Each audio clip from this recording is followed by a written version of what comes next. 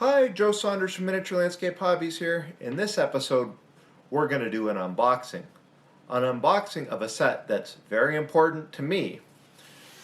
The Black Powder Waterloo set. This is a great starter set to help you build your 28mm armies for Napoleonics. If you're not familiar with the system, you should definitely go check it out. I don't actually play that many Wargame systems, mainly just Battlefronts, Flames of War, and Team Yankee stuff. And, of course, Black Powder. It's a flexible system that I just love, especially the Napoleonic period. If you're not familiar with Napoleonic Wargaming, I really think it deserves a look. Yes, the games tend to have high model counts, but the flashy uniforms and the interesting dynamics of deploying in specific formations really does make for a fun time. Now, fair disclosure, this box set was sent to me by Warlord Games for review, and I really appreciate it. We're also going to use it as a starting point for preparing a mega battle at one of my major sponsor stores, Event Horizon Hobbies in Midland. This is an amazing store that I suggest you go check out if you're looking for any black powder models yourself. Also, fair warning, this is not my first experience with this box set.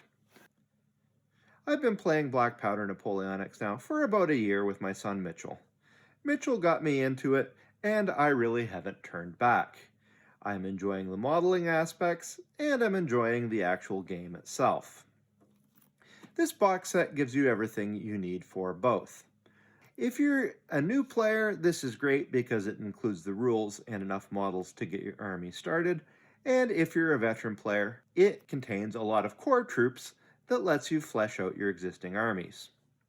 So, enough talking, let's go in and take a look. Please support us by subscribing on Patreon. Our subscribers receive a 5% discount on paint and building supplies from Torchlight Games, promotional products from Event Horizon Hobbies, free access to 3D print files, and a whole lot more. If you wish to make a one-time donation, click the button for Super Thanks.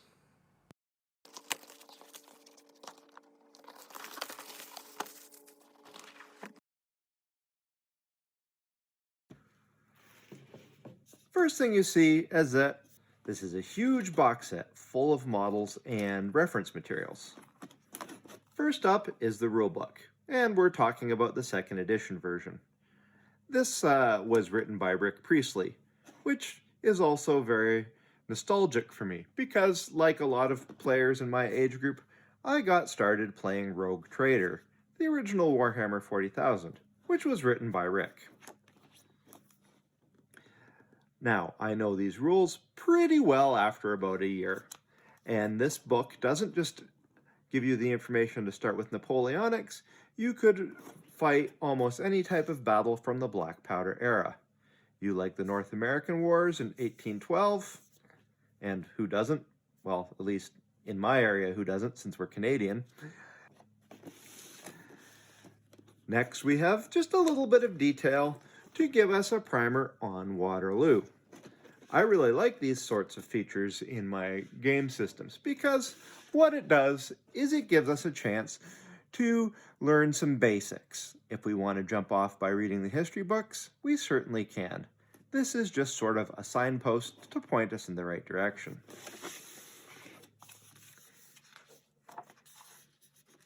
It's got model details, paint schemes, plenty of inspiration for your work. And if memory serves correctly, it's got a quick start guide so you can get into this game fast. And honestly, this system is very simple. I've played quite a few Napoleonic systems, and this is by far my favorite. At 28mm scale, it has a certain amount of granularity, so you can see all the splendor of the troop types right on the table. It also is a fairly unique challenge for when you're painting. Now, if you want to play on smaller scale, I do know they've released a 15mm system. I haven't tried it yet. Notice I said yet. And the reference sheet, of course, is pretty useful. From my original Waterloo set, this is always close at hand. A lot of times when you're watching my videos on Napoleonics or even painting, this card and the rulebook is just slightly off camera because I always keep it nearby for reference. But now we come to the part you guys are waiting for, and that's of course the models. This box is completely packed with models. In here we have a variety of British, and they all seem to be based on one body type in a few different poses. Always walking, always with their musket slung. There are two basic variations for the British, or should I say the Allied side, because they're not really all British. These guys are the Hanoverians. Of course, on top of the Hanoverians, you have your redcoats, wherever they are. French are in the way. Here we go. Redcoats, complete with Shakos. Really, as I was saying, the only difference is the head. You just have to glue it on. These aren't fiddly models to build, they're only made of 3 pieces. Beyond that, we have lots of sprues of French. These models are also really fun to paint.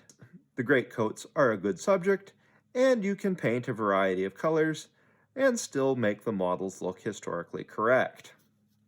There are also a large variety of options for faces. One thing to keep in mind is that the pom-poms on the Shakos are 4 different types of troops.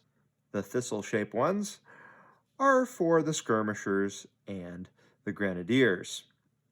The other shapes are for the other companies.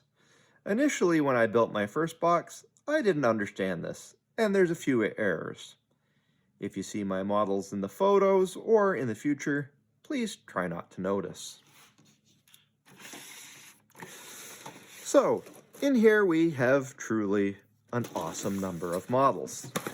Let's sort them out. One eternity later. 15 sprues of Hanoverian and British troops. And 1, 2, 3, 4, 5, 6, 7, 8 sprues of French troops. That's going to keep you going for a while. What else have we got? Well, we've got this. Chasseurs à cheval. I hope I'm saying that correctly. And there should be 12 of them. This is a really handy troop type with a really handy dynamic on the games table. I tend to use them to manipulate my opponent's infantry, and I like to deploy these in smaller than typical formations. You also get the requisite bases. Now, I tend to use my own basing system, but these are always handy to have around. And one of the really great things about black powder is that it's pretty forgiving in terms of how you set your units up. In fact, black powder suggests you deploy your units in groups of 24. I use units of 20, just because they sit on my table a little bit better. Dice, nothing special, just regular 6-sided dice, which is what you need for this system. And some metal models.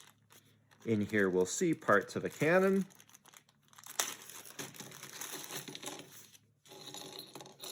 I think it's a British 6-pounder.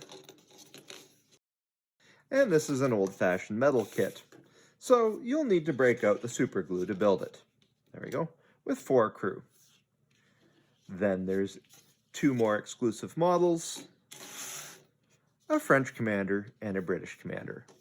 I've painted these before. They're excellent models and a lot of fun. So there you have it, my whirlwind tour of the contents of the Napoleonic Waterloo black powder system in 28mm. As I said before, it's one of my favorite games. And I'll be sure to be adding these to my units real soon for lots of fun gaming.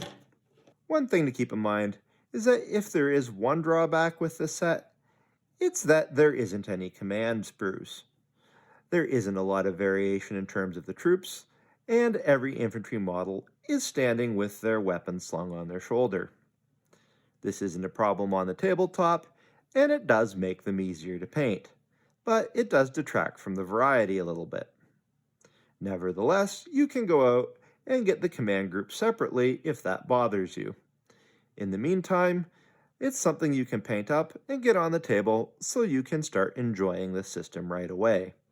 And boy, let me tell you, I can say from personal experience, this is a lot of fun and a game system that you should definitely check out. That's it for this episode. I hope you enjoyed watching it as much as I enjoyed making it.